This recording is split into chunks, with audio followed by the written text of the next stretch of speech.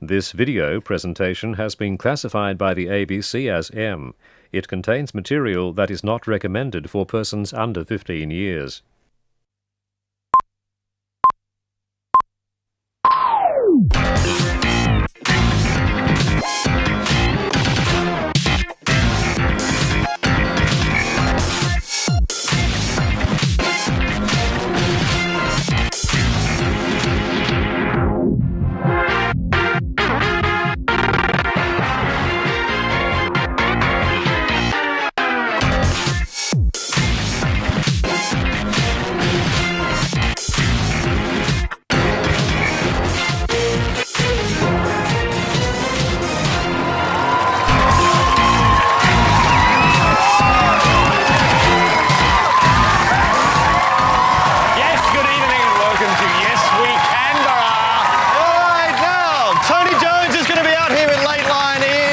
Under half an hour's time. Are we excited about Late Line? Oh, yeah!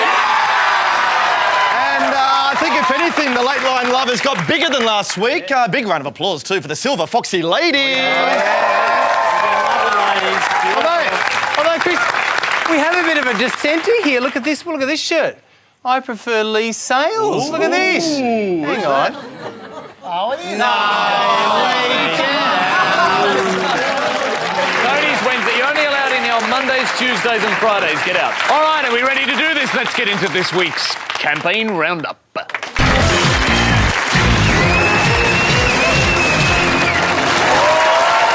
the campaign has finally stepped up a notch this week. We've had leaks and reinventions flying thick and fast. And look, the media's having a hell of a time trying to keep up with it all, and at least one poor journo's been totally run off his feet. It's very hard. Look, all the action started last Friday with Kevin Rudd sadly going under the knife for the second time in as many months. Look, and I thought Gillard hit the right sympathetic tone about Rudd's operation, but she possibly gave herself away when she insisted that Dr. Patel carry out the surgery. Now, is that appropriate? Borderline. Gallbladder removal is actually quite a delicate procedure. See, this is the gallbladder here, and that's where the bile gets stored. And all that bile gets taken out and transferred to Laurie Oakes. It's true. Yeah. It's a very hard procedure. It is, yeah. It's not easy finding a way into it. That's right. But look, from then on, it's just been one embarrassing leak after another from the ALP. And I noticed the leak actually caused Liberal power broker Michael Kroger to leap to all sorts of crazy conclusions on Late Line last Friday. If you can't stop the leaks, you won't stop the boats. If you can't stop the leaks, you won't stop the boats. Now, I'm no marine engineer, but I'm pretty sure that leaks are the one thing that will stop the boats. Now, I know I know for certain where these leaks are coming from, but if we just take a look at the current state of the chamber, it seems if those leaks do continue, then the ALP could be totally wiped out. Decimated. Totally wiped out. Which is why, of course, we've seen this week the big reinvention, the all-new real Julia Gillard. Real Julia. She had to do this to cut through because she's been so overshadowed in the news by Kevin Rudd all week. Yeah, although, to be fair, not as much as she was overshadowed by Peter Garrett. Look at that. Yes. I've got to say, if you are hiding behind Peter Garrett in a campaign, you've got real problems. You're in trouble.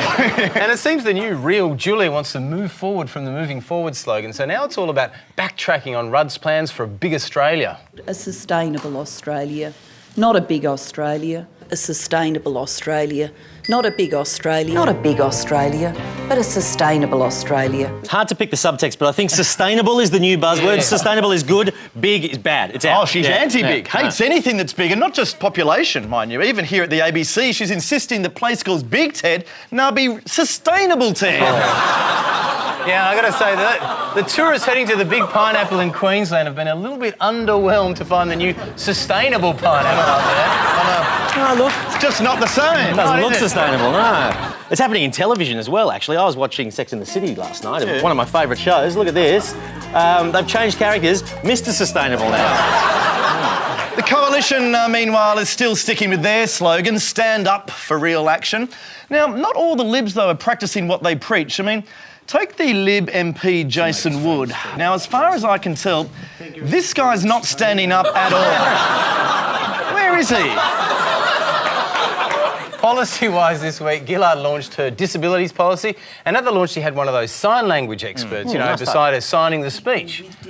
Yeah, look, I think some people thought it was a little bit token, maybe. I thought it was a nice touch. And they have done this before, remember. They had a sign language person at Gillard's climate change speech about the Citizens' Assembly. Yeah, that's right.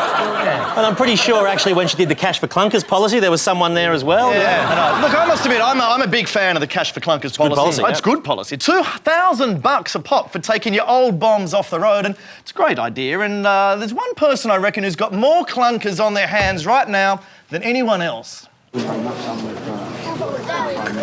Julia, keep fanning the cash for clunkers, but let's face it, no one's got more clunkers than you do. So how about we take some off your hands, $2,000 for the Citizens' Assembly policy? Now, I don't want to take your hard-earned money, so you better keep that. Nah, come on, it's a massive bomb. I know that, working for a public broadcaster, you need every dollar you can get. So you better keep that. We're just thinking of the environment, though. Oh, look, can I have your autograph? Don't you want her autograph? I want yours. How's that feel? He could give you that and you could spend it on something you No, you don't have any clunkers. She's the one with the clunkers. No, How about East Timor? You got more clunkers there. How about Peter Garrett? We'll give you $2,000 for Peter. That is great. Hey, Shazzy, can I get your autograph?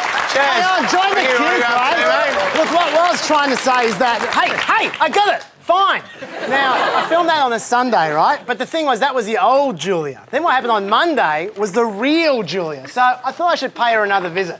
Hey, Julia. Congratulations on getting rid of the old Julia.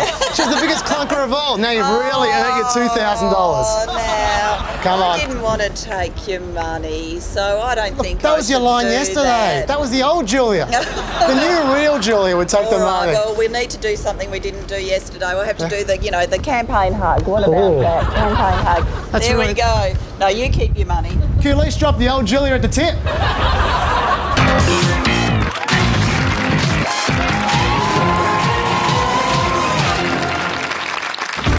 Tony Abbott, a man of vision, a man of strength, and above all, a man of real action.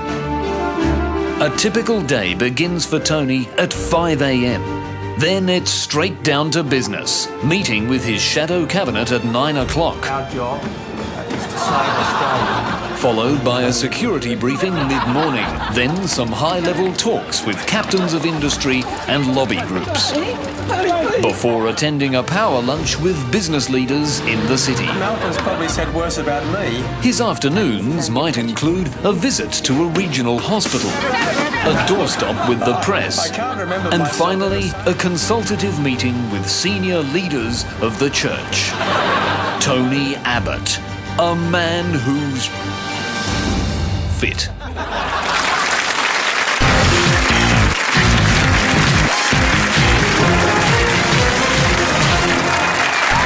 A massive problem for the government so far has definitely been the issue of asylum seekers. Oh yeah, asylum seekers. Asylum seekers has been a huge issue, or as Julie Gillard likes to call it, Irregular people movement. Irregular people movement. Irregular people movement. Irregular people movement. irregular people movement. Although, to be fair, irregular people movement is something the Labor Party should know a lot about. Yes, some fairly irregular people movement from one of their members there. But look, let's look at the numbers on immigration. About 5,000 boat people came to Australia in the last 12 months. If you think that's alarming, there's more than 300,000 womb people coming to Australia. And look, I mean, some folks are getting very angry about this baby invasion, although they have actually sent the Navy in now to deal with it, so it should be okay. Meanwhile, Tony Abbott, he's really putting the blowtorch to the Labor Party when it comes to immigration. And in fact, he's come up with an extremely convincing case for why we should get rid of immigrants altogether. As I said, I am an immigrant myself. Hard to argue with that. That's convinced me. So what's Julia Gillard doing about immigration? Well, first of all, she said she wasn't PC, which I guess makes her Mac. No wonder wankers like her so much. Yes. Next, of course, she made a huge swag of very meaningful changes. Well, specifically, she changed the Minister for Population's title. It's a revolution, but she's foreshadowed even bigger changes to come.